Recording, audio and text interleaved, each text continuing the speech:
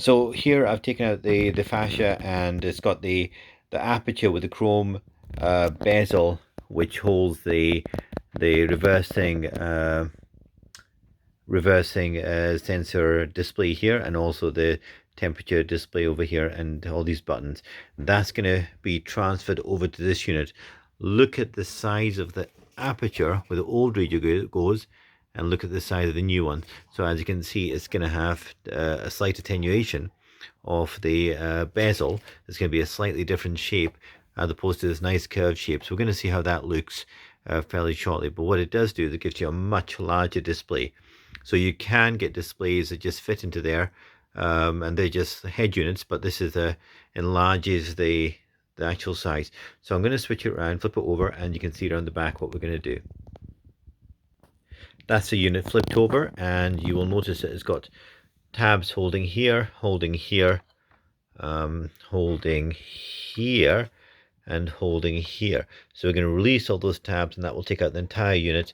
And then we're going to disconnect, unscrew that, unscrew there, and again other screws on this side, and then transfer it over into this panel. I don't know how this is going to go, but let's find out and try it. That was a lot more difficult than I expected. I needed a long straight screwdriver to lever out the clip here, here, and there was more than I originally said.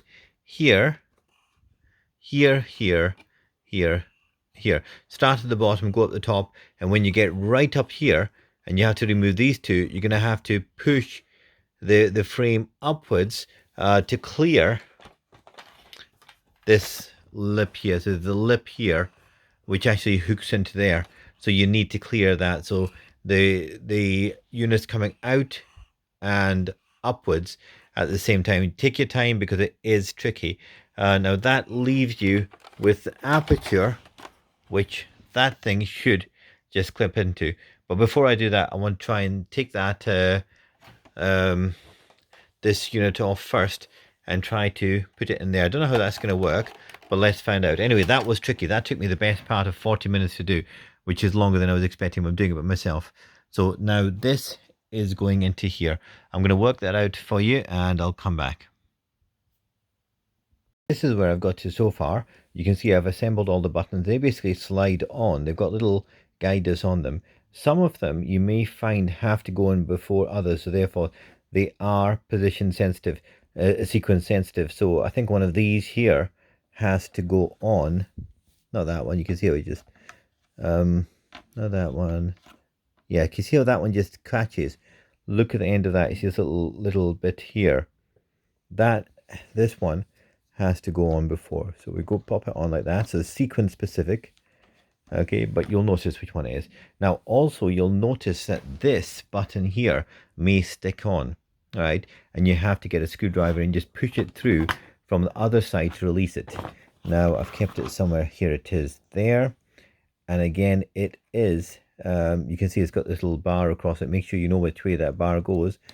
And I think it goes like that. Okay, but I'll check it on the original before I take it apart, before I take this apart. So now taking this glass off is the hardest bit of all.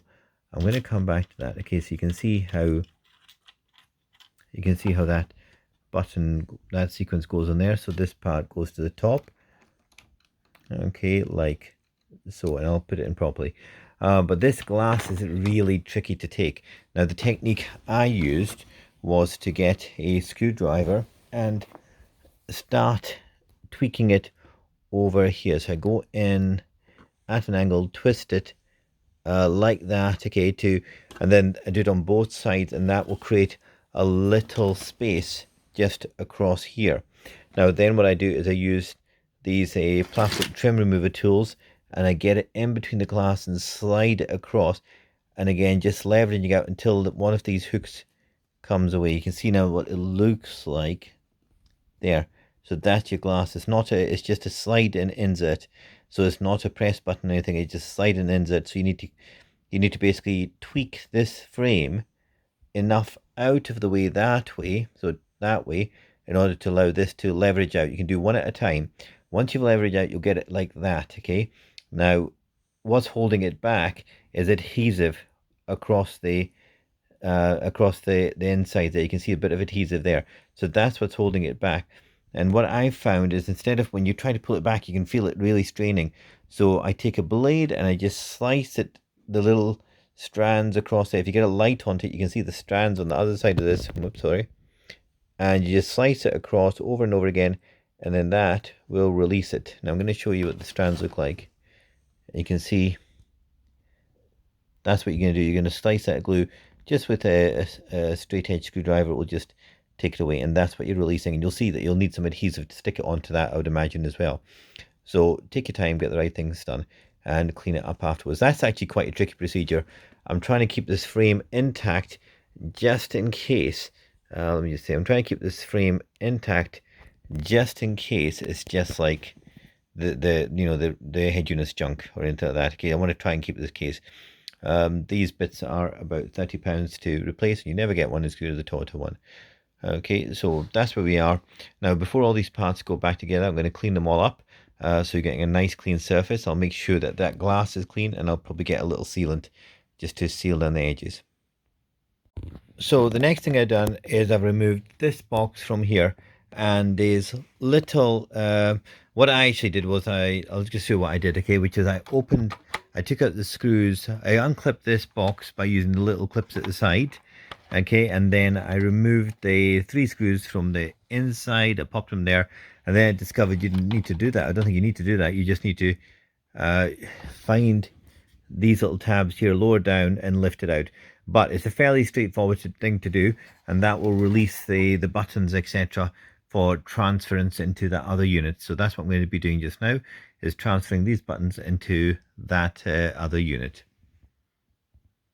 Early on in the video, you saw me unscrew 4 screws from the back. You actually only had to unscrew this 1 screw there, that one there, because that one is the one that attaches it to the frame. The other 3 I just attach the circuit board onto the onto that plastic casing. So the one that holds it to the frame is that big one there, right in center. That's when you need to unscrew, and you need to screw it back in. So here we go.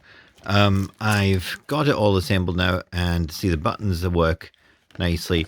This button was stuck when I put it back together. To take it apart again and run the edge of a screwdriver on the inner aspect, you'll see a little bit tab of plastic sticking there, and that plastic little tiny tab was enough to stop this bouncing. So it's not big effort, it's just a 2-second job to remove it. But before you do this, before you put the buttons in, just remove that little bit.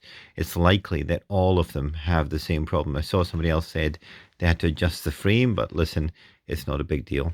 Okay, you'll notice I've kept the plastic covering on there because when you're doing this, I bet you'll put this face down in a screw or something that you've taken out, and you just don't want that. I'm waiting for the little plastic sticky on tabs to stick that on and stick the glass on, and we'll keep that area nice and clean. What else to point out? Yeah, as I said, make sure all the buttons are working. Just test them all, make sure they're nice and smooth, because you'll really regret it if you put this into the Alphard and then it's not great. You'll hate it every time. The other thing I'm going to do is I'm going to keep this out of the full size frame until I've tested out to make sure the sonars and the heating is all working nicely, that I've transferred it across. Because remember, you've opened up the back of it and you have moved those ribbon cables. So you just want to make sure that everything is working perfectly before you go and put it into that case, because as I said, it's quite difficult getting out of the case again should you need to. So you'll see that all the screws are back in, and that's the unit now fitted with the heating controls. Hopefully that was of use to you. Okay, as I said, a couple of things is you will need to remove all these screws at the back in order to lift it out, but before you can lift it out, you'll have to remove the casing, this black casing. Just in case it wasn't evident or I explained it incorrectly, yeah, the casing has to be removed to reveal the final screw, which is the center there, and then the whole unit will just pop out. Okay, when it pops out, make sure you've taken a photograph of the front of the case of your particular unit to make sure you know where all the buttons go. That will save you a lot of time, and it's a lot of heartache on it, because remember, you may not have the same button configuration as mine. There's 2 types of button configurations for the Series 10. Hopefully that's good, and I will give you the next portion, which is fitting onto the Alphard for testing.